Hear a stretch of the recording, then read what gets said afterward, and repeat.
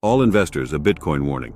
Bitcoin has been making headlines recently, with famous investor Cathie Wood predicting that its value could reach anywhere between $258,000 to $1.5 million by 2030.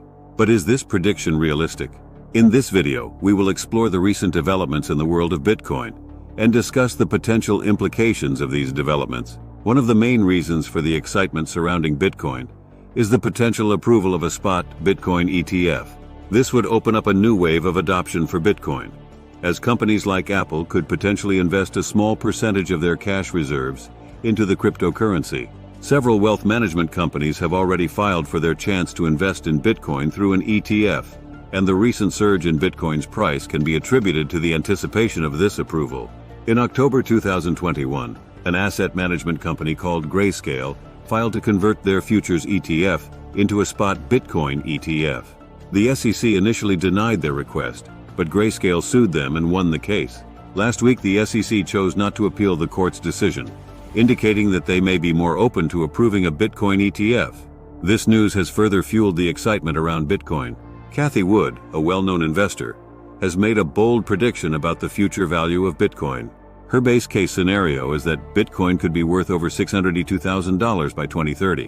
While this prediction may seem arbitrary, there is a specific reasoning behind it. Wood's prediction is based on several assumptions, including the percentage of corporate treasuries and nation-state treasuries that will be held in Bitcoin, the percentage of global remittance volume sent in Bitcoin, and the percentage of gold's market cap that Bitcoin will capture. While these predictions are exciting, it is important to approach them with caution. There are several factors to consider before investing in Bitcoin. Firstly, Bitcoin has a higher chance of going down in value in the short term, as many people may be waiting to sell their Bitcoin once the ETF is approved. Secondly, it is crucial to pay attention to the fees associated with Bitcoin ETFs.